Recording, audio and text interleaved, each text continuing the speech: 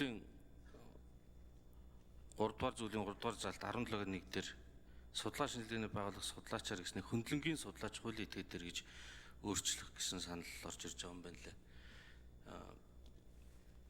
Хууль санаачлагч өөрөө иргэдийг төлөөлөөд эсвэл нэг салбар төлөөлөөд бас нэг үзэл баримталтай концепттэй юм бэлдэж оруулж ирж таарна. Тэгэхээр тэр хүн өөрөө мэрэгжилтэн бас зөвлөлтөө юм төлөөж 126 гишүүн байгаа байлаа, бас талаас нь хилцэн. Тэгэхээр энэ дээр ингээд хөндлөнгийн байгууллага гэж заавал тухайлж оруулахаар одоо хууль санаачлагч өөрөө энэ үү, хөндлөнгийн бус үнээр хийлгэнэ үү, хөндлөнгийн байгууллагаар судалгаа хийлгэнэ үү гэд ажил хийж байгааг нь яаж хийхин зааж өгч байгаа юм шиг агуулга уншигдаад их юм.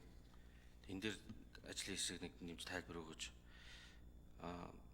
Хоёрдугаарт нь Улсын их хурлын дэгийн тухай хуулийн 33(1) дээр үндэсний эдийн засгийн аюулгүй байдлыг хангалттай холбоотой асуудлаар ерөнхий сайд санал гаргаад яаралтай их хурлаар яаралтай хилцэх талаар зохицуулт байдаг.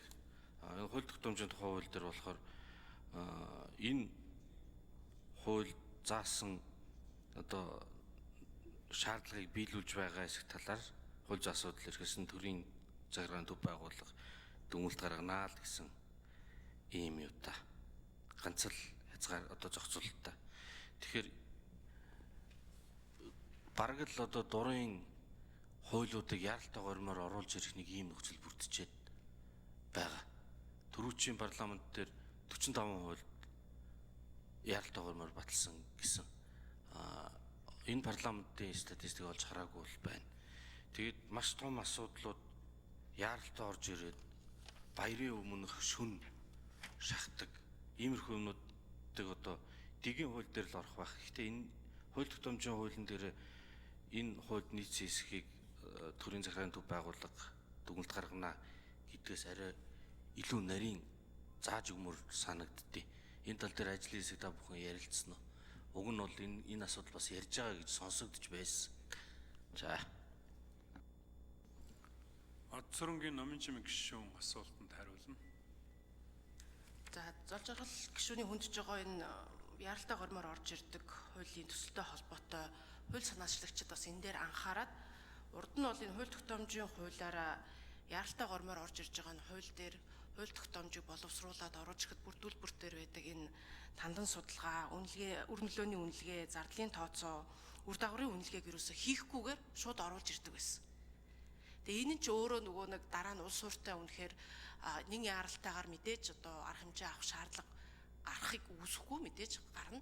Энэ үед гэхдээ яна энийг байгаа онж гэнүү гэдэг дээр дараа нь одоо үнэлт хийхэд бас дутуу дулмиг байна гэдэг энэ үндслээр одоо энэ хууль тогтоомжийн хууль дээр нэг яаралтайгаар орж ирж байгаа энэ хууль дээр бол нөгөө хэрэгцээ шаардлага урдсан тандан судалгаагаа болон хууль тогтоомжийн хэрэгжлийн үр дагавартай заавал үнэлгээ хийж орж ирья гэдэг энэ хоёр шалгуурыг нь бол тавьж байгаа. Ингэж тавьснаар бид нар нэг яаралтай боловч үнэхээр хэрэгцээ шаардлага нь байна уу? Энийхээ дагуу бид нар юу хийвэл зохистой вэ гэдэг энэ чигийг бас гаргаж өгнө гэдэг энэ шаардлага бас орж ирж байгаа гэдгийг хэлье. Тэгэхээр энэс энэ бүрдүүлбэрээр тамийн газар хянаад нэг яаралтай орж ирж байгаа төсөл дээр энэ тандан судалгаа болон үр дагаврын үнэлгээ хийгдсэн байна уу гэдгийг давхар шалгадаг болно гэсэн ийм зохицуулт орж ирж байгаа. За 12-ын 3 буюу үр нөлөөний үнэлгээг болохоор заавал хөндлөнгийн яагаад судлаачаар хийх гээд байгаа юм бэ гэсэн энэ асуулт байна. Яг уу түрүүн бас хэлсэн улсын хурлын гишүүдийн хувьд бол тэр үрчлэн бас тийм ресурс буюу нөөц болцоо бага. Ер нь хуулийн төслийг одоо боловсруулахад төрний зардлын тооцооллыг хийхэд үр нөлөөгөө үнэлэхэд бас мэргэжлийн баг хэрэгтэй болдгоо. Тэгээ энэ ч бол өөрөө ингээд хөндлөнгийн байгууллагыг авах нь элбэг байдаг. Сайн одоо үнэлгээ хийгээл. Засгийн газрын хувьд бол бас энийгээ хөндлөнгөөс ингэж үнэлгээ эдрийг хийлгэж авахгүй бол сангийн яам хууль зүйн яам өөрсдөө хийгээд ороод ирсэн. Яамдууд өөрсдөө хийгээд ороод ирсэн байгаа юмнууд маань өөрөө зөвхөн өөрсдийнхөө хиймээр байгаа юм дээр чиглээд хөндлөнгийн нүдээр үр нөлөө нь яаж гарах юм бэ гэдэг олон талаас харахгүй байна гэдэг шүүмжлэл орж ирж байгаа.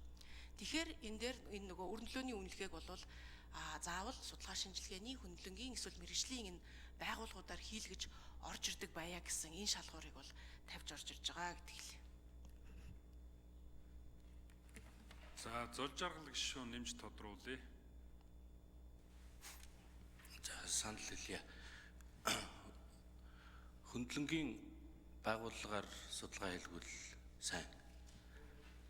Хэрвээ тэр хууль санаачлагч дээр сайн баг хийгээд байгаад судалгаа хийвэл бас сайн. Үүнийг олон талаас нь хилцэхийн тулд 126 гишүүн 126 гишүүний цаана бас зөвлөхүүд гэдэг ингээ багууд ажиллаж байгаа. Тэгэхээр энэ бол яг тухайн хууль санаачлагчийн ажлын арга барил өөрийнх нь сонголтын асуулт байх нь илүү зохимжтой гэж бодогдож байна. Хуулиар бол тавигдах шаардлагуудыг гаргаад өгчөж байгаа. Яаж хийгээд баруун гараараа алхаа барих уу, зүүн гараараа алхаа барих уу гэдэг нь бол өөрийнх нь сонголтод байх нь зохимжтой гэж бодож байна.